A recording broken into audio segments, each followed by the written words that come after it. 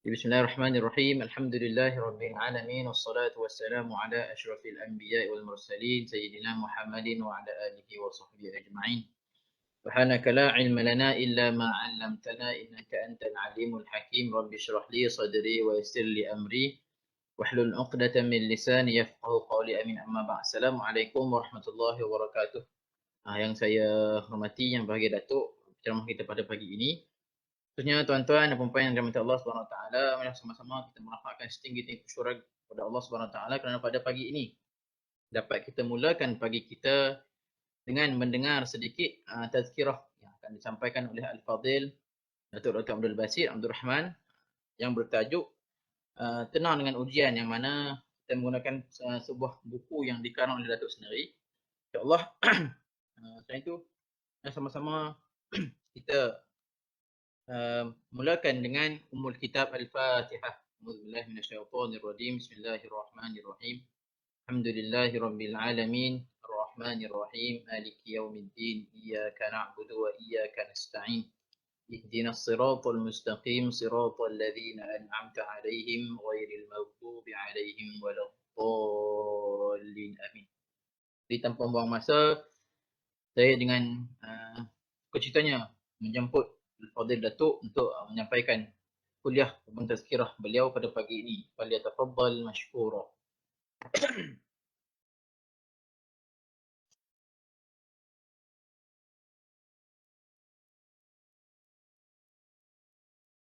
Bismillahirrahmanirrahim. Alhamdulillahi rabbil alamin.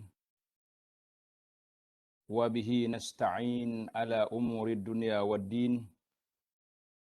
Wassalatu wassalamu ala al-mab'uthi rahmatan lil alamin. Nabiyyina wa habibina wa qudwatina Muhammad ibn Abdullah wa ala alihi wa sahbihi wa man sar ala nahjihi wa ihtada bihadihi wa istanna bisunnati ila yaumiddin. Amma ba'du. Yang dihormati Al-Fadhil Ustaz Alif selaku moderator pengacara, yang dimuliakan pengarah Pusat Islam Kampus Kesihatan Universiti Sains Malaysia Kelantan, dan semua para pegawainya, muslimin dan muslimat yang ada bersama kita pada hari ini. Assalamualaikum warahmatullahi wabarakatuh. Alhamdulillah, syukur kita kepada Allah Azza wa Jalla kerana pada hari ini 14 Oktober 2021 bersamaan dengan 7 Rabiul Awal 1443, bermakna kita sudah masuk dalam bulan yang boleh katakan majoriti umat Islam di atas dunia ini akan bincang tentang sirah Nabi sallallahu alaihi wasallam. Kalau orang lain dia panggil sejarah. Orang lain dia panggil sejarah, tapi Nabi dia panggil sirah. Berbezanya sebab apa? Sebab sejarah ni kita tahu, kita nak tahu je sejarah. Tak perlu kita ulang. Ada benda memang tak boleh diulang pun sebab sejarah itu tak baik, sejarah yang buruk. Berbeza dengan Nabi sallallahu alaihi wasallam, sejarah dia, sirah dia perlu diulangi. Perlu dicontohi. Perlu diikuti. Maka dia panggil sirah. Sirah ni maknanya sejarah hidup. Contoh, uswatun hasanah, contoh yang baik yang menjadi ikutan kita. Maka kita bukan ikut Nabi SAW ini di antara wajib, sunat, satu lagi dia panggil mahabbah. Yang wajib itu apa yang telah diperintahkan oleh Allah. Qul in kuntum tuhibbunallah fattabi'uni. Kalau kamu cinta kepada Allah, ikut Nabi sallallahu alaihi wasallam. Maka Nabi kita ajar kepada kita ibadat. Ajar kepada kita yang pertama tauhid kepada Allah Azza wa Jalla. Kita mesti tauhid, mengesahkan Allah Azza wa Jalla. Itu yang pertama. Kemudian diikuti dengan ibadat. Kita nak ibadat, macam mana kita nak beribadat? Kita kena beribadat mengikut apa yang diajar oleh Nabi sallallahu alaihi wasallam. Maka elok sangatlah pada bulan Rabiul Awal ini kalau kita ambil peluang, ambil masa untuk apa?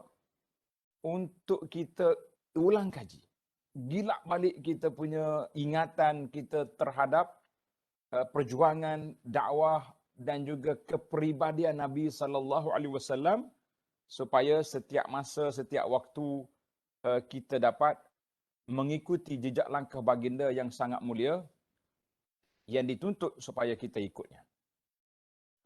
Para sahabat menceritakan bahawa kami diajar, sahabat ataupun tabi'in mengatakan kami diajar mengetahui hari ayyamur rasul, maknanya peperangan Nabi, peristiwa yang berlaku di zaman Nabi oleh para sahabat, tok nenek kita, bapa kita, sebagaimana kita belajar surah daripada Al-Quran. Artinya, sejarah hidup Nabi, sejarah perjuangan Nabi SAW ini perlu dipelajari, perlu dihayati, perlu digilap sentiasa, biarlah kita tahu ini dakwah Nabi.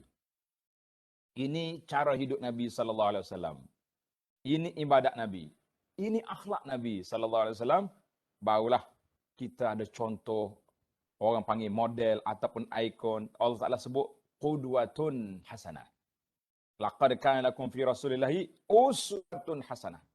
Uswah, qudwah, contoh, ikutan, kita boleh terjemahkan dengan terjemahan yang sesuai dengan kita. Kenapa? Sebab itulah yang menjadi tuntutan, itulah yang menjadi kewajipan kepada kita untuk mempelajarinya. Baik, para jemaah sekalian, itu mukaddimah sempena dengan Rabiul Awal yang kita ada sekarang. Untuk perbincangan kita seperti yang telah disebut, iaitulah siri yang ketujuh, sambungan pelajaran kita dalam kitab yang kecil ini, nama dia Tenang dengan Ujian. Tenang dengan ujian. Sebab apa kita nak tenang dengan ujian? Sebab ujian itu Allah Ta'ala bagi kepada kita dua perkara. Bagi jemaah yang ada kitab, dipersilakan buka muka surat 63. Yang ada kitab, buka muka surat 63. Saya kena baca ringkas sebab masa kita sangat terhad kan. Kita kata bab yang ke-6, fitnah, yakni ujian melalui harta, keluarga dan masyarakat. Kita jangan ingat fitnah ujian tu musuh kita tu musuh yang jauh-jauh je. Orang mari, musuh penjajah datang, musuh orang nak bunuh kita. Kadang-kadang musuh, kata orang, musuh dalam rumah. Dalam istilah kata musuh dalam selimut. Ini yang kita rasa takut, yang kita rasa cemas. Sebab apa? Sebab itulah yang kita kena ambil perhatian. Maka fitnah ataupun ujian itu terbagi kepada dua mengikut asal dan sumbernya. Yang pertama, ujian yang datang daripada Allah kerana sebab dan hikmah yang diketahui oleh Allah Azza wa Jalla, seperti sebahagian daripada musibah dan bala bencana yang menimpa seorang hamba. Seperti sakit, kemarau, bencana, apa saja yang ada, maka itu kita panggil musibah yang Allah Subhanahu wa Ta'ala letakkan ke atas alam ini. Kebetulan kuliah subuh pagi tadi, ana tafsir ayat Zaharal fasadu fil barri wal bahri bima kasabat aydin nas. Tuan-tuan tengok dalam tafsir kita, tafsir surah Ar-Rum, ayat 41. Zaharal fasadu fil barri wal bahri bima kasabat aydin nas. Allah bagi tahu kepada kita berlakunya bencana di atas dunia ini, kerusakan yang berlaku atas dunia ini disebabkan oleh apa? Disebabkan oleh perbuatan tangan manusia. Manusia yang kacau. Manusia yang buat maksiat. Manusia yang mengingkari perintah Allah, mengingkari perintah Rasul masing-masing, maka ketika itu datanglah bala bencana hasil daripada tangan manusia. Ayat 41, Allah kata apa? Ujian yang aku timpa ini liyudhiqahum ba'dallazi 'amilu. Kami nak rasakan sebahagian daripada apa yang kamu lakukan itu. Untuk apa? La'allahum yarji'un. Mudah-mudahan kamu kembali kepada Allah Azza wa Jalla. Ini tafsir kita. Maka kita tahulah Allah Ta'ala uji itu dengan sebab, satu dengan sebab memang Allah Ta'ala datang daripada Allah Ta'ala dengan hikmat yang dia nak. Satu lagi ujian yang terjadi kerana manusia itu sendiri. Ujian yang terjadi kerana manusia itu sendiri yang melakukannya, seperti pelakuan maksiat, dosa, pelanggaran syariah, dan perbuatan-perbuatan lain yang tidak baik dan tercela. Mana hasil daripada maksiat yang dibuat, maka turunlah bala bencana sebagaimana yang telah ditimpakan ke atas umat-umat yang terdahulu. Baik, itu di luar tajuk kita. Itu tajuk tuan-tuan boleh tengok dalam kuliah subuh, tafsir surah Ar-Rum ayat 41 dan seterusnya. Adapun tajuk kita, tuan-tuan tengok dalam kitab, dalam nota buku kita ni, muka surat 65. Maaf. Muka surat 66. 66. Ayat yang pertama dari surah Al-Anfal. Ayat yang pertama surah Al-Anfal. Wa'lamu annama amwalukum wa auladukum fitnah wa annallaha 'indahu ajrun 'azim. Dan ketahuilah bahawa hartamu dan anak-anakmu, anak cucumu itu hanyalah sebagai cubaan. Fitnah itu makna cubaan. Kita dah bincang dalam siri lepas, makna fitnah dalam Al-Quran ada berapa? Banyak makna fitnah, ada 11. 11 arti fitnah dalam Quran. Yang sini kita nak makna fitnah dengan makna ujian melalui harta benda dan keluarga. Susah je kita. Kalau ujian luar rumah, lain. Ini ujian dalam rumah, dalam poket kita. Macam mana kita nak menghadapi? Mudah-mudahan kita belajar ni, kita boleh, insya-Allah ada garis panduannya untuk kita hadapi suasana yang berlaku ini. Wa annallaha 'indahu ajrun 'azim. Dan sesungguhnya di sisi Allah pahala yang besar. Surah Al-Anfal ayat 28. Ayat yang kedua yang kita akan bincangkan, iaitulah dalam surah At-Taghabun. Surah At-Taghabun ayat 14 dan ayat 15. Surah At-Taghabun, bagi jemaah yang suka tadabbur Quran, dia boleh buka Quran. Ayat 14 dengan ayat 15. Ya ayyuhallazina amanu inna min azwajikum wa auladikum aduwwan lakum fahdharuhum. Wa in ta'fu wa tasfahu wa taghfiru fa innallaha ghafurur rahim. Maksudnya, wahai orang-orang yang beriman, sesungguhnya antara isteri-isterimu dan anak-anakmu ada yang menjadi musuh bagi kamu. Makna anak kita tak dengar kata. Isteri tak dengar, tak hirau kepada arahan suami.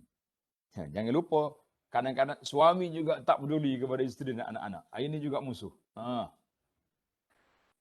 Sesungguhnya ada menjadi musuh bagi kamu, maka hati-hatilah kamu terhadap mereka. Innama amwalukum wa auladukum fitnah. Wallahu indahu ajrun azim. Maka sesungguhnya Allah Maha Pengampun lagi Maha Penyayang. Dan sesungguhnya hartamu dan anak-anakmu, keluargamu maknanya, hanyalah cubaan bagimu, dan di sisi Allah pahala yang besar. Tuan-tuan dan puan-puan tengok dalam kitab kita, dalam Quran tengok, ayat yang pertama, surah Al-Anfal ayat 28, wa annallaha indahu ajrun azim. Allah kata di sisi Allah Ta'ala lah balasan yang besar. Dalam ayat Taghabun yang ke-15 ni, wallahu indahu ajrun azim. Dua-dua tu ada pahala belaka. Artinya, suami, bapa, termasuk juga isteri. Ibu, kita kena sabar di dalam menghadapi ujian dengan keluarga. Kena sabar. Kadang-kadang Allah uji dengan suami baik, anak pula tak dengar kata. Ataupun suami pula tak hirau keluarga, anak pula baik-baik. Maknanya dia ada timbang tara, ada timbang tara. Ada kalanya mari di sini, ada kalanya ujian itu datang daripada posisi yang lain. Yang penting bagi kita sabar, hadapi ujian ini dengan penuh kesabaran, penuh hikmah, sentiasa berdoa kepada Allah Azza wa Jalla sebab apa berlakunya sedemikian, kerana Allah nak tengok kita kembali kepada Allah. Allah nak beri pahala kepada kita. Allah nak uji kita untuk diangkatnya darjat. Kadang-kadang kita mudah kecewa. Bahasa orang muda sekarang ni mudah koyak. Bahasa orang muda dia panggil mudah koyak dah. Oh, aku ni apalah dosa aku dulu gini. Sehingga Allah Taala beri pada kita anak yang tak dengar kata, anak yang kerah kepala, anak yang macam-macam. Kita kata tuan-tuan dan puan-puan, usahlah duk fikir macam-macam. Kita kena letak di depan mata kita bahawa Allah nak dengar suara kita merintih dan merayu kepadanya bahawa aku diuji dengan ujian-ujian yang kecil yang ada dalam rumah aku sendiri. Jangan lupa. Bangun tahajud. Dalam solat malam kita pun solat siang ke solat malam sentiasa kita berdoa kepada Allah Azza wa Jalla. Mudah-mudahan Allah Ta'ala hilangkan bencana ataupun musibah yang menimpa kita ini. Baik para pelajar sekalian. Kita ada 8 perbincangan tentang ayat ini. InsyaAllah dengan masa yang ada ini cukup kerana kita ada juga peluang untuk bertanya di akhir majlis nanti insyaAllah. Yang pertama, mereka menjadi penghalang daripada pergi berjuang, bersedekah, berhijrah dan lain-lain lagi jalan kebajikan. Ada kalanya begitu. Inilah sebab turunnya firman Allah Ta'ala di atas tadi, iaitulah surah At-Taghabun ayat 14 dengan 15 ini, sebagaimana riwayatkan oleh Sayyidina Abdullah bin Abbas. Ayat ini diturunkan di Madinah berkenaan dengan seorang sahabat nama dia Auf bin Malik Al-Ashja'i. Beliau pergi mengadu kepada Nabi SAW tentang isteri dan anak-anaknya tidak menghiraukannya. Maka ayat ini pun diturunkan. Itu satu riwayat. Riwayat lain pula mengisahkan bahawa Auf ini mempunyai isteri, anak-anak dan keluarga yang ramai.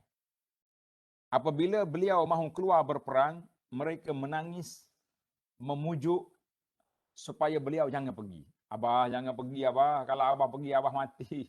Siapa yang nak bagi kita belanja, siapa yang nak bagi kita nafkah, macam-macam.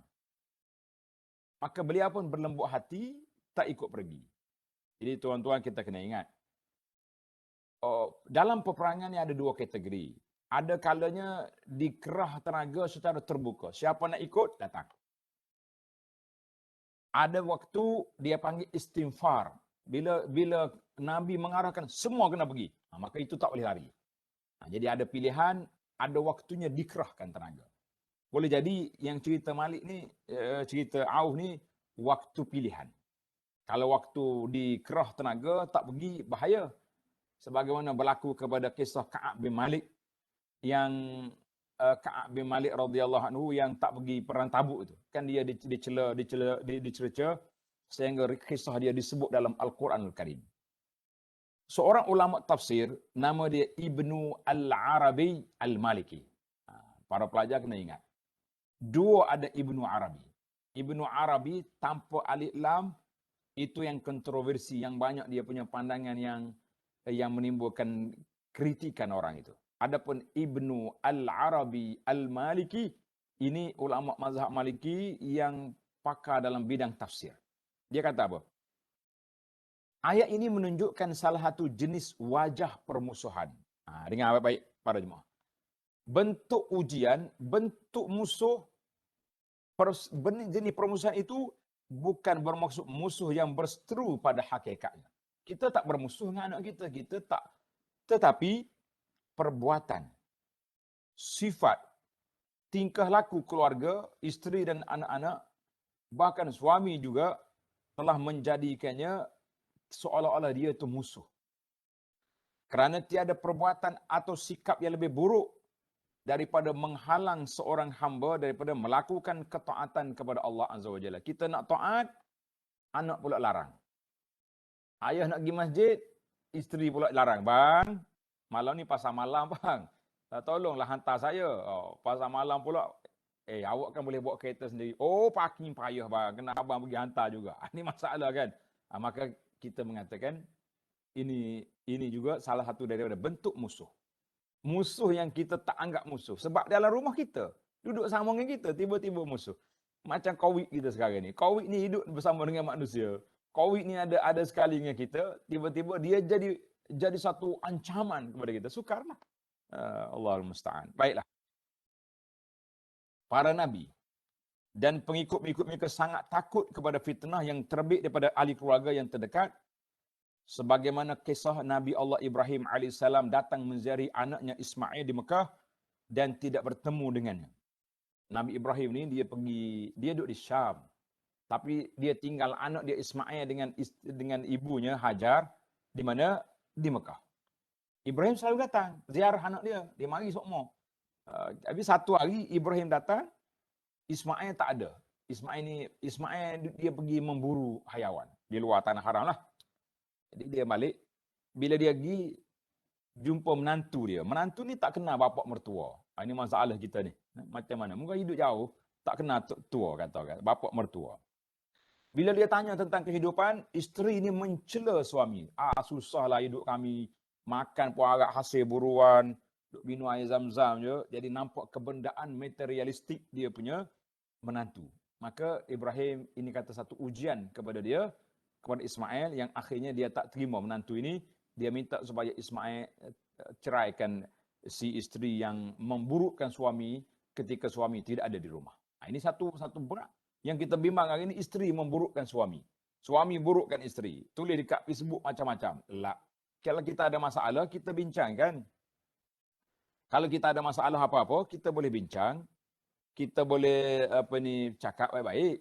Kan? Bukannya hidup buruk-burukkan keluarga di Facebook ke. Facebook lah sekarang ni tempat yang paling mudah untuk meluahkan perasaan, untuk menyusahkan orang. Ya, maka kita kena hati-hati para pelajar sekalian, para jemaah sekalian. Baiklah. Permusuhan ini bukan terhad kepada isteri dan anak-anak, tapi mungkin juga permusuhan daripada pihak suami kepada isteri. Berapa ramai kita dapat aduan, suami meninggalkan isteri terumbang-ambing, kata orang gantung tak bertali. Ataupun suami kaki maksiat, suami tak mau tak mesra dengan keluarga, macam-macam. Ini juga musuh kepada isteri dan anak-anak. Mana fitnah dan keluarga ini berperingkat. Ada yang menyebabkan orang ni tak mau berjuang. Ada orang tak mau ibadat. Ada orang bahkan fitnah ini boleh membawa kepada kekufuran. Wal'iyazubillah. Sebagaimana kisah yang Allah Ta'ala sebut dalam surah Al-Kahfi. Tuan-tuan ingat dalam surah Al-Kahfi, bagaimana Nabi Musa dibawa oleh Khidir pergi bunuh seorang kanak-kanak. Sebab apa dibunuh? Wa ammal ghulamu fakana abawahu mu'minain fa khashina an yurhiqahuma tughyanan wa kufra. Buka Al-Kahfi ayat 80. Dan ada pun pemuda itu, gulam, budak itu. Kenapa dibunuh oleh Khidir? Maka kedua-dua orang tuanya orang mukmin, dan kami khawatir, kami bimbang bahawa dia akan mendorong kedua-dua orang tuanya itu kepada kesesatan dan kekafiran. Na'udzubillah. Ini yang kita bimbang hari ini. Baik para pelajar, surah Al-Kahfi ayat 80. Kita pergi kepada yang kedua. Isu yang kedua, ada kalanya tekanan hidup keluarga memaksa suami atau bapa melakukan pekerjaan yang haram dan syubhah. Kita tahu, isteri tahu, gaji suami dia tak seberapa, tak banyak. Tapi dia punya nafsu tu besar, nafsu besar. Sebab itulah baru ni orang tanya tentang, betul ke orang kata, ada penceramah mengatakan, orang perempuan ni 9 nafsu 1 akal, laki-laki 9 akal 1 nafsu. Saya kata berita itu dinisbahkan kepada debat antara Hasan Basri dengan Rabi'atul Adawiyah. Cerita itu tidak betul. Cerita itu tidak betul. Semua laki-laki ada nafsu, ada akal. Perempuan pun sama juga. Cuma saya kata kalaulah nak betul, boleh jadi. Puan-puan jangan marah, ini satu analisa gurauan je. Saya kata kalau nak betul pun mungkin dalam bab shopping, dalam bab beli-beli ni boleh jadi nafsu orang perempuan lebih tinggi daripada laki-laki. Oh, kalau dia tengah tak sihat, tak apa-apa segar, bawa pergi kedai, jalan kaki molek-molek. Nah, tadi kena pimpin jalan. Oh, siapa di pasar, okey je. Ini kita panggil, ini satu perkara yang perlu di... Baiklah, jangan marahlah muslimat. Ini contoh ya. Maka bila kita tahu suami kita tak ada kemampuan untuk beli yang besar-besar, jangan tekan dia. Kalau ada tekanan, dia menyebabkan suami ini terpaksa mencari jalan yang tidak baik. Tengok ni. Ini adalah satu fitnah dan ujian yang amat berbahaya yang boleh menimpa seseorang manusia. Maka wajib ke atasnya untuk menjaga diri dan keluarga daripada memakan rezeki yang haram yang boleh membawa mereka ke neraka. Sebuah hadis yang diriwayat oleh Ka'ab bin Ujrah. Ka'ab bin Ujrah radhiyallahu anhu, sabda Nabi sallallahu alaihi wasallam, la yarbu lahmun nabata min suhtin illa kanatin naru awla bih. Tidak ada daging yang tumbuh dalam diri manusia daripada hasil yang haram, maka neraka lebih layak baginya, wal iyaz billah. Kita kena hati-hati. Maknanya daging yang tumbuh daripada hasil yang haram itu nerakalah bagi dia, sebab hadis riwayat Tirmizi. Disebabkan itulah apabila Rasulullah sallallahu alaihi wasallam melihat cucunya Al-Hasan, Hasan ni dia jumpa sebiji kurma yang jatuh, dia ambil masuk dalam mulut. Budak, Nabi kata pegang mulut dia, keluarkan balik.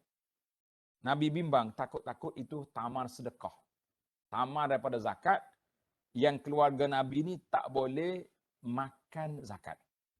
Keluarga Nabi dia panggil Alul Bait. Allahumma salli ala Muhammad wa ala ali Muhammad. Ali Muhammad itu orang yang tak boleh terima zakat. Sebab itu kalau kita nak mengaku jadi keturunan Nabi, hati-hati. Nanti mengaku keturunan Nabi, bila orang nak bagi zakat tak boleh marah pula. Jangan marah. Memang awak tidak layak untuk menerima zakat sebab Alul Bait tak boleh ambil zakat. Cuma adalah perbincangan ulama. Kalaulah mereka ni miskin sangat-sangat, sepatutnya diambil daripada khumus. Tapi zaman sekarang mana ada khumus? Jadi adalah perbincangan. Yang pentingnya kita nak bincang tentang tu. Nak bincang tentang apa yang telah berlaku kepada Al-Hasan Ibnu Ali, cucu Nabi. Mana Nabi jaga sangat-sangat. Kontrol dia punya keluarga dia, jangan makan benda-benda yang syubhat. Tak pasti pun tamar tadi. Tamar tu tamar zakat ke tidak, tapi Nabi bimbang takut kurma zakatnya jatuh. Kita ni bimbang, kita ni banyak takwil pula dak. Tak apa dah. Ni makanan ni okey je. Ni apa ada logo halal ni okey. Logo halal tu boleh je orang lekat kat situ. Orang Kelantan kata boleh tepek situ. Tapi belum tentu logo itu diakui sah oleh pihak JAKIM. Wallahu a'lam. Baiklah. Sayyidina Abu Bakar radhiyallahu anhu sangat-sangat menjaga halal haram ini. Apa dia buat? Ketika satu hari dia termakan benda yang syubhat, dia keluarkan balik, dia kata kalau makan ini tak keluar, muntah sampai keluar nyawa aku akan korek mulut ini. Allahu Akbar. Maka yang kedua ni tekanan hidup menjadi fitnah. Jadi tuan-tuan dan puan-puan, anak-anak, isteri dan anak-anak kita kena tengok kemampuan, sebagaimana kata pepatah, nak beli baju ukur badan. Beli baju besar, orang tengok serebeh. Beli baju kecil, tak cukup saiz. Kita ukur tu pun. Pasal itulah, dalam itu bahasa pepatah bahasa Melayu kata, beli baju ukur badan.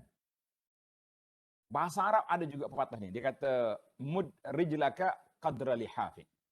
Sedap juga bahasa Arab. Mud rijlaka qadra lihafik. Polokan kakimu tu sekadar kais limuk. Kalau kais limuk kita kecil, janganlah petulkan kaki tu.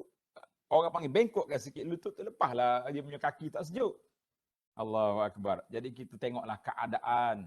Jangan seronok tengok jiran beli barang baru, jiran beli kursi cantik, kita pun nak tekan. Yang menyebabkan suami dia terpaksa kena pergi ambil rasuah lah. Macam-macam benda yang merusakkan kehidupan dia. Bahkan dia sanggup menipu semata-mata kerana nak memenuhi tuntutan nafsu hasil daripada tekanan daripada isteri ataupun anak-anak. Wal'iyazubillah. Baik, kita berpindah kepada isu yang ketiga. Isu yang ketiga, seorang suami atau bapa tidak berlaku adil kepada sebahagian isteri dan anak-anak. Ini juga bahaya. Suami yang ada isteri ramai, poligami dia panggil, tak berlaku adil kepada isteri. Dia main mula-mula baik, kemudian mulalah. Yang lama ni tak balik, tak bagi nafkah. Baik. Asyik duduk main mesyuarat outstation. Mana ni? Oh, saya ada mesyuarat ni balik malam mesyuarat 3 hari sana. Rupanya 3 hari 3 malam duduk rumah yang kedua, yang ketiga, maka kita mengatakan berlaku adil lah. Nak kahwin, Allah benarkan. Allah izinkan perkahwinan poligami bagi dalam Islam ni ada, tetapi biar betul adil, telus. Jangan pandai kahwin je, tak pandai keadilan. Itu juga satu perkara yang bermasalah bagi pihak suami yang ada isteri. Kadang-kadang bukan isteri ramai pun, isteri seorang ya. Tapi tak peduli itu ada juga. Ini masalah. Tak tahu apa isteri. Ada pakaian ke, ada makanan ke, ada minuman ke, dia tak tanya. Kalau isteri bagi tahu dia, bang, berah tak ada, dia pula kena marah. Marah apa? Itu tanggungjawab awak. Maka kita mengatakan ini ujian kepada isteri apabila suami tidak berlaku adil. Tuan-tuan, para suami sekalian, keadilan untuk isteri bukan hanya adil bagi makan, bagi minum saja. Dia juga perlu kepada kasih sayang. Perlu juga kepada perhatian. Apa salahnya kalau isteri masak sedap, kita puji, oh sedap masakan awak ni. Oh, tak payah pergi restoran sana, nak pandai makan hot ni. Jadi apa salah ni dak? Kalau isteri tersalah sikit je lebih garam dak, celek mata lalu. Lori garam tumpah kat sini. Perli tu kak. Allahu Akbar. Tapi kalau pergi makan di restoran, masih pun tak apa. Dek, mari tolong tambah air sikit. Baik je kau cakap. Kenapa tak dik dengan isteri awak tu? Bagilah kebaikan. Dia pun nak juga, dia pun orang kadang-kadang terlebih garam. Macam-macam lah. Terlebih garam ke terlebih gula. Sabar-sabarlah. Kalau kita tak suka, kita bagi tahu, tambah sikit. Boleh je, sebenarnya boleh je settle. Karena itu Nabi SAW sebut dalam hadis, Nabi kata, la yafrak mu'minun mu'minatan. Jangan seorang suami mencela isteri dia. In kariha minha khuluqan radiya minha akhar. Kalau dia tak suka satu perangai, banyak lagi perangai lain yang kita suka. Kenapa awak besar yang satu? Contohnya seorang isteri ada kekurangan 5%. Maknanya dia boleh tunaikan, boleh menyukakan kita 95%. Kenapa dibesarkannya 5? Sepatutnya dibesarkan yang 95. Tapi itulah sifat manusia, suka membesarkan yang kecil, yang besar dikecilkan. Bahasa Arab kata, la taj'alu habbatan qubbatan. La taj'alu habbatan qubbah. Jangan jadikan habbah, biji kecil itu macam dom yang besar. Maknanya benda kecil di lambung begitu. Jadi besarlah dia punya kesalahannya, besarlah dia punya perbalahannya. Na'udzubillah. Baik, para jemaah sekalian. Ketidakadilan berlaku sama dalam pembahagian kasih sayang, dalam perhatian, jawatan, pekerjaan atau harta. Rasulullah SAW melarang perkara ini dan memberi peringatan yang keras tentangnya. Seorang sahabat nama dia Bashir bin Sa'ad. Bashir ni dia ada anak, ramai. Tiba-tiba anak dia seorang ni dia sayang. Nama dia An-Nu'man. Kalau tuan-tuan baca dalam hadis, An-Nu'man bin Bashir. Ini bapa pada An-Nu'man ni lah. Ayuh dia ni, dia sayang kepada Nu'man, dia pun beri harta. Isteri dia tak setuju. Bang, tak boleh macam ni. Mari kita pergi jumpa Nabi SAW. Bila dia jumpa Nabi, Nabi tanya, mau bagi semua anak macam ni? La, ya Rasulullah. Aku bagi ke Nu'man seorang je. Nabi kata, la tushidni ala jaurin. Mu jangan libatkan aku dalam menjadi saksi kepada pembahagian yang tidak adil. Nabi tegur dengan keras. Kalau nak bagi, bagi sama banyak. Ini berlaku kita ni. Ujian Allah Ta'ala ke atas kepada suami, kepada bapa, kepada ibu. Ramai yang tukar nama tanah lah, tukar nama rumah lah, tukar itu, tukar ini kepada orang yang dia sayang. Orang yang dia sayang, senyap-senyap gitu tukar nama tanah. Orang lain duduk PKP jauh-jauh, anak yang duduk dengan dia itulah yang dia senyap-senyap pergi pejabat tanah tukar nama kan. Dia tak boleh. Kalau nak bagi hebah kepada anak-anak, buatlah pembahagian yang sempurna. Pembahagian yang terus kita beri cara baik. Bagi sungguh. Maka kita, itu dia panggil pembahagian. Jadi jangan Nabi kita marah kepada Bashir, jangan kamu libatkan aku menjadi saksi dalam perkara yang tidak baik ini. Nabi tegur dia agak keras. Baik, kita berpindah kepada ujian yang keempat. Tidak sabar dan tabah. Apabila diuji dengan harta, diuji dengan isteri dan keluarga, hilang kesabaran kita. Macam mana? Apabila ujian ini menimpanya, dia tidak cuba bersabar dan mula keluh kesah, maka dia akan kerugian di dunia dan di akhirat. Rasulullah SAW telah bersabda kepada perempuan yang kematian anaknya, supaya tabah dan bersabar. Namun perempuan itu tidak mengenali Nabi dan menjawab. Satu cerita, makcik ni anak dia meninggal. Dia pergilah dekat kubur anak dia tu, dikubur. Nabi berlalu. Kebetulan Nabi kita lalu kot tu, tengok makcik duduk menangis di kubur. Nabi pun larang dia. Nabi larang, Nabi tak pernah lah pergi menangis kat situ. Kalau nak sedih, biasalah jiwa tu sedih. Tapi dia duduk menangis, tak boleh. Dia kata apa? Ilaika anni. Dia patutnya bila orang larang, tengoklah kan, siapa orang ni? Dia nak marah sangat, dia tak berpaling, bahkan dia marah pula. Dia kata, ilaika anni. Apa peduli awak ni? Pergi. Dia halaunya Nabi SAW. Bila Nabi pergi, orang tanya dia, makcik, siapa yang kau halau tadi? Siapa? Siapa cakap? Rasulullah tu. Nabi. Masya Allah. Terkejut dia. Ya, aku halau Rasulullah sallallahu alaihi wasallam. Maka dia pun balik pergi ke rumah Rasulullah sallallahu alaihi wasallam untuk minta maaf. Minta ampun di atas silap teknikal yang berlaku tadi. Maka Nabi kata apa? Innamas sabru 'inda sadmatil ula. Sabar itu ketika mula-mula berlaku. Maknanya bila berlaku kes kita boleh tahan diri ketika itu nama dia orang sabar. Ni ada setengah orang ni tak. Bila berlaku apa-apa dia maki orang, dia kutuk orang. Contohnya orang silap parking kereta dekat parking kereta ke ataupun terlanggar kereta dia. Oh, dia punya maki basuh buta, mata kepala lutut. Prai. Habis dia maki semua bahasa, dia pun tegang dada, alhamdulillah nasib baiklah aku sabar. Apa jenis sabar awak macam tu? Lepas memaki sabar, kita kata ayu sabrin hadza. Sabar jenis apa? Maka dalam kisah ini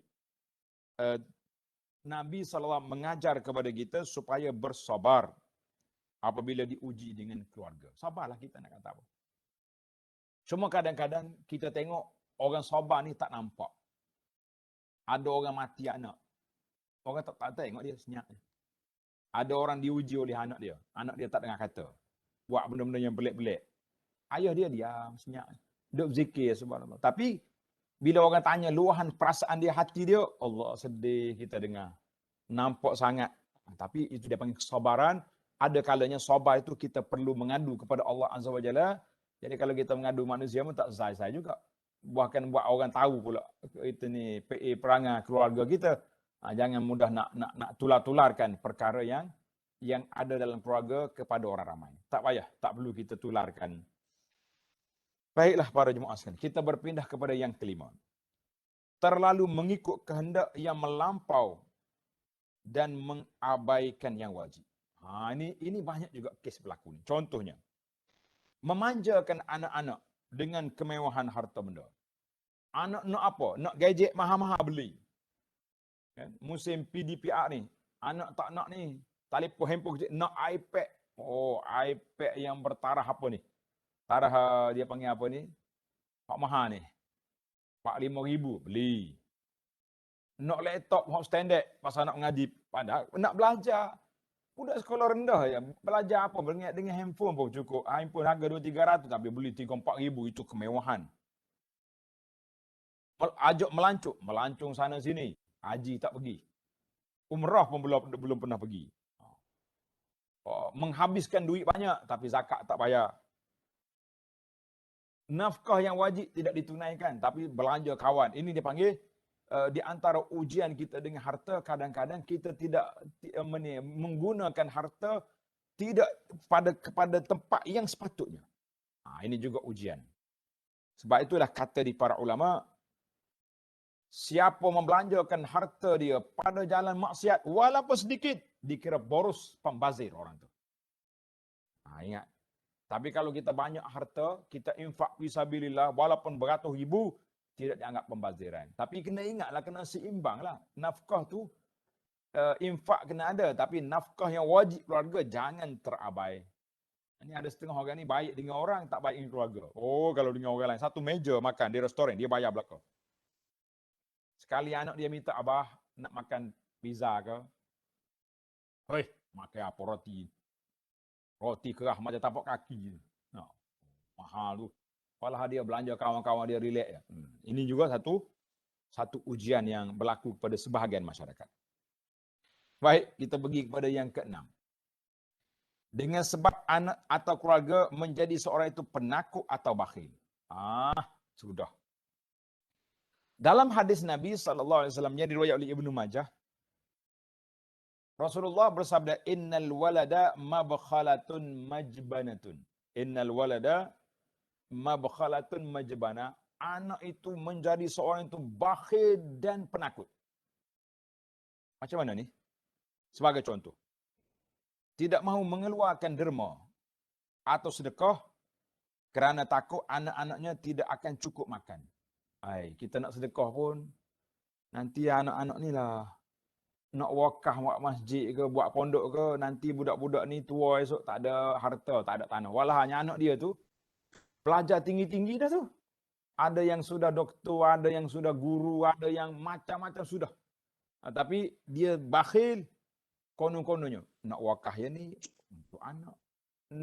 Nak derma, takut anak. Akhirnya duit dia beratus ribu dalam bank. Tanah dia sana sini naik hutan, naik rok, kata orang Kelantan. Nak wakaf tak berani, walaupun anak dia sudah ada kerja, maka itu dia panggil ujian kita kerana menjadi bakhil dengan sebab semata-mata anak-anak.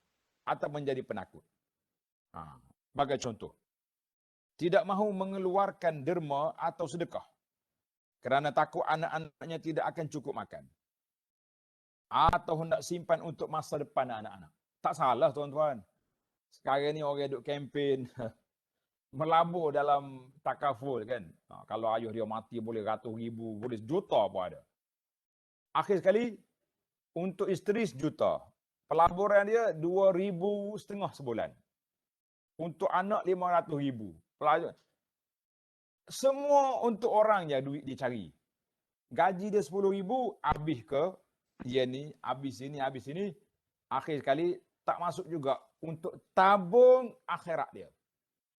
Liz, habis duit duk bayar.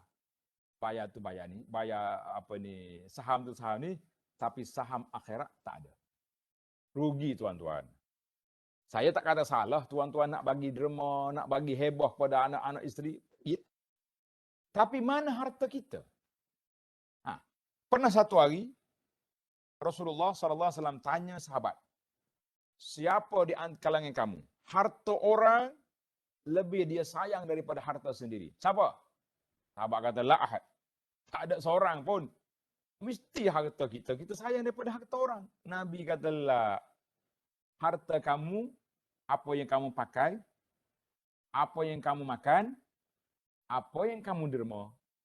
Wa ma siwa zalik. Yang lain-lain itu harta orang. Baru kita tahu, oh, nak jadi harta milik kita betul-betul, yang pertama, apa yang telah kita makan, yang kita pakai, yang kita infak. Itu jadi milik kita. Yang lain, tunggu mati je. Tunggu mati syarikat apa ni, insurans ni mari, ni awak boleh sejuta, pak bagi. Ini awak isteri dia, ambil sejuta. Dia ni habis sejuta. Dia sendirinya masuk dalam kubur, tak ada harta. Kenapa? Duit banyak, tapi mabkhalah, jadi bakhil untuk diri sendiri. Rugi kita tuan-tuan. Sahabat-sahabat kita yang duduk di takaful jangan marah. Saya cakap ni di alam realiti. Alam realiti. Banyak duit kita habis kepada duit hebah, orang tu hebah ni. Tapi saya bimbang tidak ada hebah untuk diri sendiri. Ini satu kerugian yang sangat besar. Satu lagi, majbanah. Kita bapak jadi penakut kepada anak. Suami juga jadi takut kepada isteri. Sebab apa? Sebab sayang. Isteri awak tak untuk aurat tu, keluar rumah tu. Pakai baju kelawar pergi pasar malam. Keluar rumah, orang Kelantan kata berkembang kantung. Kembang kantung ni tak untuk aurat, tak pakai baju pun. Duduk jumur kain. Sedangkan tempat ampayan kain gitu tu tepi jalan, orang nampak. Nak tegur bini tak berani. Ni apa cerita? Majban nak jadi. Nak tegur anak-anak tak berani. Anak tak solat pun tak tegur. Anak tak untuk aurat pun biar. Kita kata ini dua perkara yang cukup menakutkan. Baik, sekarang ini kita pindah kepada isu yang ketujuh. Anak atau isteri boleh menjadi punca kepada penderhakaan dan pengabaian terhadap ibu bapa. Sayang ke bini sampai mereka tak berani. Nak bagi duit ke mak pun tak berani. Kalau menteri dalam tak lulus. Bahaya betul. Dia punya, kalau bini dia tahu, suami ni bagi duit ke mak, dia punya merepek 3 hari 3 malam. Apa punya bini macam ni? Dia tak tahu kita membesar daripada susu mak kita. Kita lahir daripada perut mak. Boleh kat dia kontrol berat-berat. Ini juga satu bala yang besar. Misalnya, mereka menjaga dan beri perhatian kepada kedua ibu bapa, tapi selepas mempunyai anak dan isteri, tanggungjawab ini terus hilang dan beralih kepada anak isteri sepenuhnya tanpa wujud keseimbangan. Kita kena realiti dalam hidup kita ni. Ibu bapa kita ni dia tak peduli sangat dengan kita. Tapi kalau dia dah uzur, kalau dia dah tak larat, dia sudah berumur, kan? Sudah tua, perlulah orang lain pula khidmat kepada dia. Waktu dia sihat dulu, mana ada. Anak-anak duduk kat rumah dia, tunggu makan je, mak semua masak. Tapi bila dia sudah tak larat, sudah tua, giliran kita lah pula khidmat kepada dia, kepada mereka. Tapi ini sudah terjadi terbaliknya. Bahkan ada ni orang cerita, nak bagi duit ke mak, pasal kena sembunyi. Bini ni punya audit ni. Ni mana pergi bang? Gaji abang ni untuk bulan ni kurang 500 ni. Buat beli apa awak ni? Audit, korek-korek. Bagi ke mak. Tengok. Yang saya ni selipar saya tu tak beli lagi. Beg saya tak tukar bulan ni. Bagi duit ke mak. Dia punya tengking. Boleh tahan juga backingnya. Kalau kita jangan jadi penakut dalam masalah ini. Baik, para pelajar sekalian. Kita pergi pada isu yang terakhir. Yang ke-8. Sibuk dalam urusan anak isteri sehingga cuai dan lalai dalam beribadat kepada Allah Azza wa Jalla. Ini juga kita bimbang. Keadaan inilah yang sering berlaku terhadap mereka yang terlalu asyik dalam urusan keluarga sehingga mengabaikan kewajipan utama bagi setiap hamba, iaitu beribadat kepada Allah Azza wa Jalla. Nak pergi masjid tak boleh. Anak kecil kat rumah, isteri macam-macam. Ada juga selepas PKP, masa PKP tu dia okey lah kan, dia jadi imam di rumah sendiri. Tak ada, relax lah. Tapi bila sudah habis PKP, kena pergi masjid awak. Dia kata tak boleh dah, seronok dah kita jadi imam di rumah ni. Isteri pun tak benar dah pergi lah.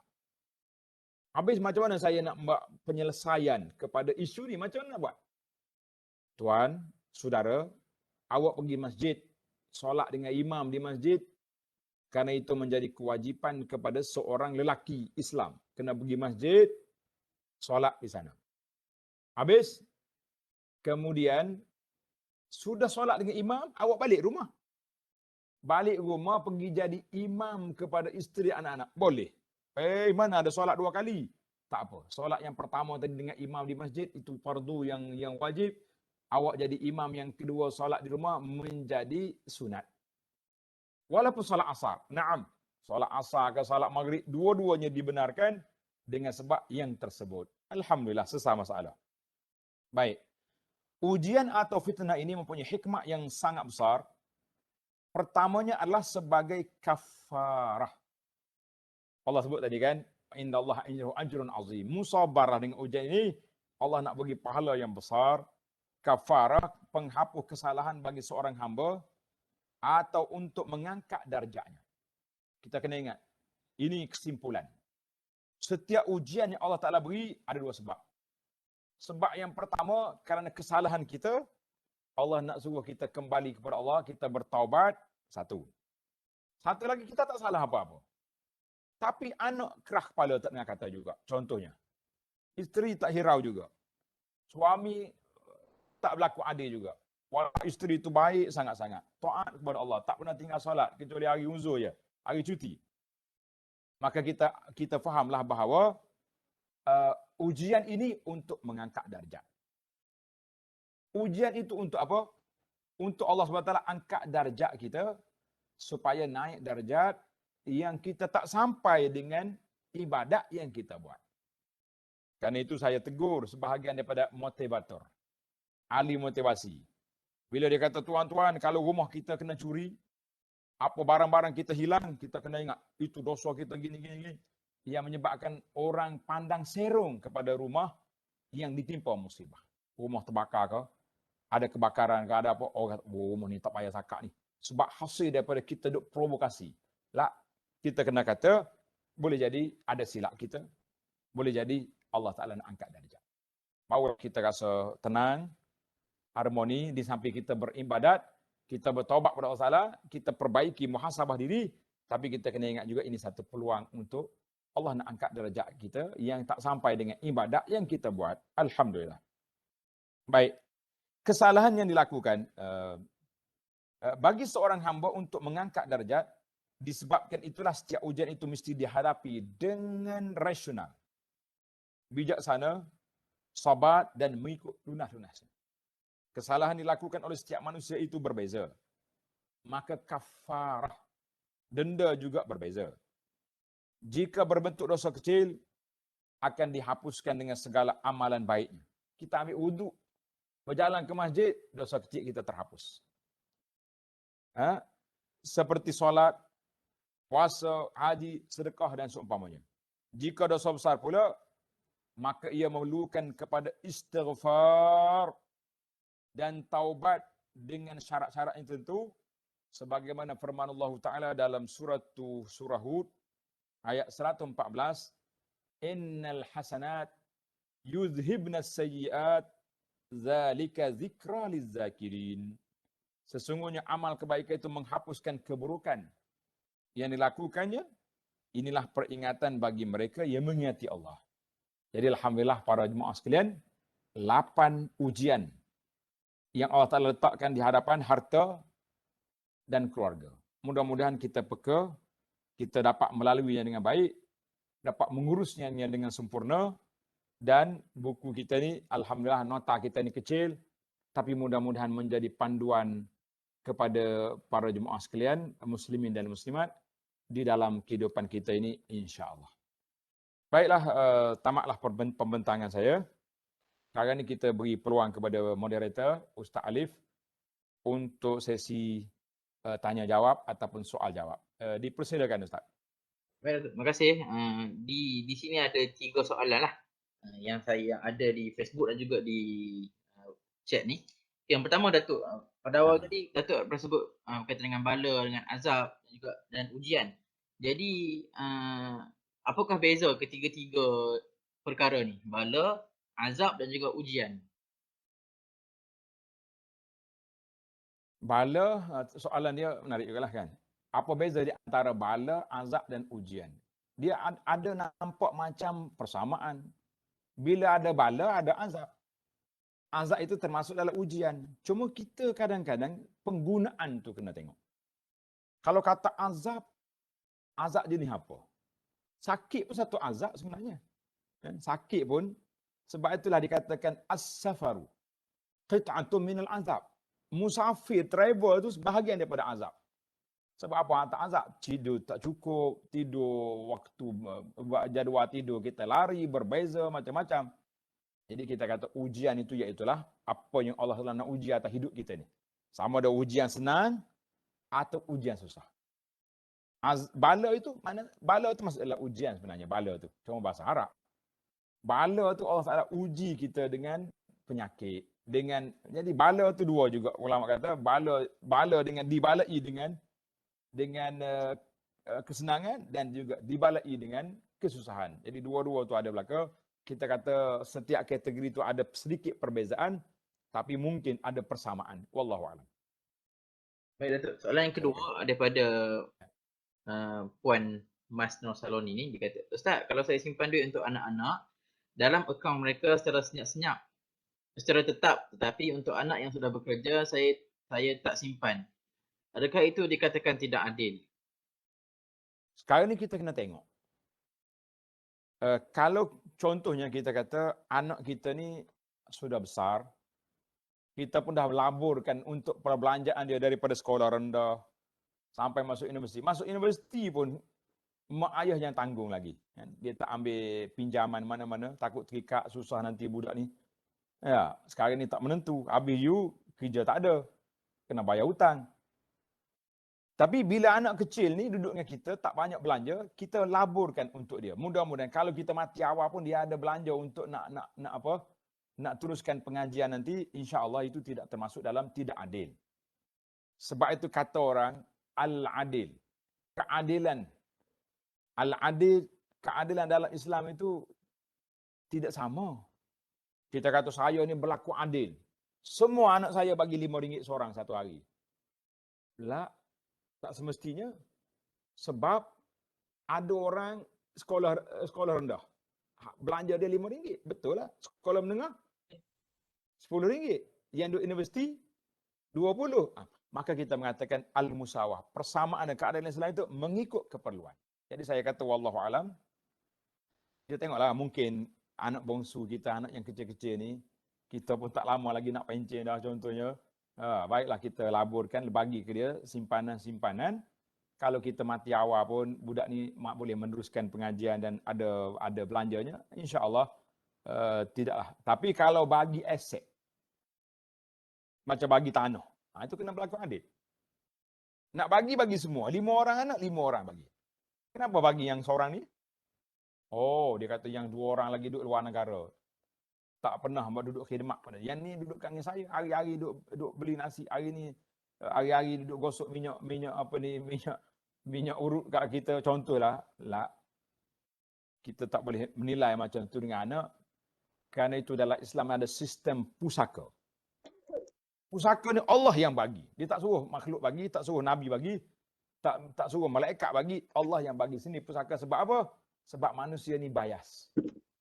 Dia akan beri kepada anak yang dia sayang. Tapi Allah, dia beri semua anak-anak.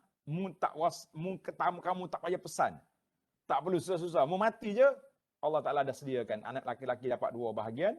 Lizzakari mislu hawzil unsayain. Wallahu a'lam.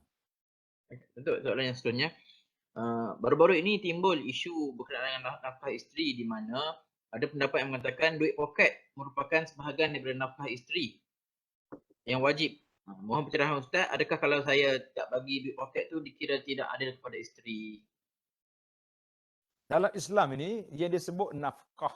Nafkah maknanya yang penting isteri itu ada pakaian, ada makanan, ada tempat tinggal, itu adil lah tu.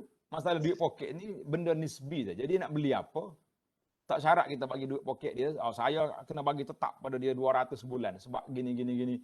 kita kata itu banyak cerita lah. Pasal tu dalam dunia hari ni semua orang duk berkira belaka. Yang dia buat kita kena bayar, yang kita buat dia tak bayar. Jadi sebab itulah bagian lah. Video-video yang nak dipotong daripada ucapan-ucapan yang panjang itu, pemotong orang editor tu kena peka. Jangan ambil separuh kemudian penjelasan tak habis, menimbulkan fitnah kepada masyarakat. Baru ni timbul ni. Ramai doktor bertanya tentang doktor yang menyebabkan kematian orang. Kena puasa, kena kafarah, macam-macam. Kita kata itu, kita minta majlis fatwa jelaskanlah. Tak boleh keluar video pendek. Kalau macam mana kalau semua doktor tak nak bedah orang, takut mati. Kalau mati 5 orang sebulan, contohlah. Maknanya dia kena puasa berapa 2 bulan, 5 bulan, 10 bulan. Akhir kerja doktor puasa je. Jadi kita kata penjelasan tu perlu. Tak boleh sewenang muda-muda yang ambil kad video bagi menimbulkan kecelaruan kepada masyarakat. Itu satu benda yang sangat tidak baik. Wallahu alam. Betul, soalan yang terakhir, ini dalam berkenaan dengan qada solat lah. Datuk, ibu saya masuk wad seminggu berkenaan sebab COVID. Kemudian dalam wad disebabkan dia tenat, maka dia tak mampu untuk bersolat dan dikatakan Allah meninggal. Kemudian abang saya qadakan solat untuk ibu saya, boleh ke? La, solat tidak ada qada dan tidak ada bayaran. Tak ada pampasan. Kalau puasa, betul. Contohnya seorang ni tinggal puasa, tak sempat nak ganti. Mana lepas Ramadan tu dia sihat dah. Sihat dah, boleh sana sini. Tiba-tiba dia mati tak sempat qada, maka ketika itu anak dia boleh qada balik. Kalau tak mampu nak qada, bayar je. 1 hari cukup. Bukan banyak pun. Boleh. Tapi bab solat tidak ada bayaran. Kerana itu menjadi tanggungjawab kita keluarga, anak-anak, isteri, ayah, semua. Kalau ada orang sakit, usahakanlah dia solat. Walaupun dalam keadaan apa saja. Dia tak mampu berdiri, solat sambil tidur. Dia tak boleh bergerak, solat dengan kelopak mata je. Isyarat je. Kena solat juga. Sebab solat itu tidak ada bayaran, tidak ada pampasan. Tu ada orang dalam kitab. Dalam kitab adalah sebahagian. Dia panggil fidyah solat. Tapi dalam hadis tidak ada. Dan dalam amalan salafus soleh tidak ada. Ulama yang kemudian ni duduk main bayar-bayar ni. Semua benda boleh bayar. Jadi waktu timbul syarikat swasta ni lah. Banyak bayaran-bayaran yang dibuka. Kita kata bukan semua perkara ibadat boleh diswastakan. Wallahu a'lam. Berarti itu sahaja soalan pada pagi. Assalamualaikum. Waalaikumsalam warahmatullahi. Ustaz, boleh saya buat pertanyaan tak? Boleh. Atas moderator. Assalamualaikum. Ustaz, Assalamualaikum. saya nak mohon sedikit pencerahan lah. Sekarang ni saya rasa antara perkara yang banyak ujian kita di zaman IT ni, banyaknya bertebaran di dalam media sosial. Tuduhan-tuduhan, contohnya kafir, munafik, musuh Islam, Syiah dan lain-lain. Macam-macam. Ya, jadi saya mohon Ustaz bagi pencerahan. Apakah hukumnya orang-orang yang mengeluarkan tuduhan-tuduhan ni? Kedua, apa Baik, terima kasih. tindakan kami sebagai orang awam dalam menghadapi keadaan tersebutlah. Wallahu a'lam. Terima kasih Ustaz. Baik. Alhamdulillah. Terima kasih kepada saudara yang bertanya. Isu ni memang isu besar. Ujian kita di zaman IT ni. Mudah sekali orang nak jatuh hukum pada orang. Dia tak payah pergi pejabat mufti, tak payah pergi pejabat qadi, tak payah pergi mahkamah, pejabat netizen lagi tinggi dia punya darjat. Nah, dia boleh jatuh orang senang ya. Dia ambil poster, dia pangkau ustaz ni, dia buat tuduhan sekian. Ustaz ni dia sekian. Jadi kita mengatakan ini perbuatan yang sangat buruk, sangat tidak baik. Sebab terutama sekali kalau berlaku perbalahan di antara sama-sama pendakwah, sama asatizah, jadi masyarakat nak rujuk ke mana? Sama-sama dia memberkelahi. Maka kita kata jangan tunjukkan benda yang tak baik pada masyarakat. Baik. Sekarang ni bagi kita masyarakat. Kalau berlaku tuduh-tuduh macam ni, kita cuba ketepikan tuduhan itu. Sebab kita tak ada bukti. Kita tak tahu apa yang berlaku di antara mereka. Jadi kita kata, Ya Rabbi Ya Karim, jadikan hati kami ni lapang. Sama menyayangi semua orang Islam. Rabbana wala taj'al fi qulubina ghillan lil ladzina amanu. Ya Allah, jangan jadikan dalam hati kami ini benci kepada orang yang beriman. Ini sangat pentinglah dalam hidup kita ini. Sebab kalau kita duduk benci ke orang tu, apa faedahnya? Kalau kita dengki orang ni, apa faedahnya? Kalau kita terus share tuduhan sedangkan kita pun tak tahu, kita pun tak belajar yang dituduh tadi, kita juga menjadi penuduh. Kadang-kadang tuduhan-tuduhan ni berat, tuan-tuan. Dia tuduh orang ni mengatakan Allah Ta'ala tu berjisim macam manusia. Kafir tu perkataan seperti itu. Jadi kalau kita tulus sebar juga, kita juga mengkafirkan orang tu. Bukan senang hidup atas dunia ni. Sebab semua benda atas dunia ni akan ditayang semula di akhirat esok. Maka bagaimana kita nak menjawab di hadapan Allah Azza wa Jalla. Jadi berpada-padalah dengan keadaan. Saya kata kalaulah suasana tidak terkawal, kitalah kawal diri kita daripada perkara yang tidak baik. Wallahu alam. Wa sallallahu ala nabiyyina Muhammad wa ala alihi washabihi ajma'in. Alhamdulillahirabbil alamin. Terima kasih kepada Pusat Islam, Kampus Kesihatan dan kepada para penonton sekalian. Assalamualaikum. Waalaikumsalam warahmatullahi wabarakatuh. Saya mewakili Wakil Pusat Islam dan seluruh para pendengar ingin mengucapkan ribuan terima kasih kepada Datuk atas perkongsian yang diberikan pada pagi ini. Semoga segala apa yang Datuk sampaikan boleh kami amalkan dan mengambil istifadah daripadanya, insya-Allah. Di tuan-tuan dan puan-puan, setakat ini dahulu program kita pada pagi ini. InsyaAllah kita akan jumpa lagi dalam CD yang ke-8 insyaAllah. Jadi aqulu qawli hadha wa astaghfirullahal azim li wa lakum. Wassalamualaikum warahmatullahi wabarakatuh.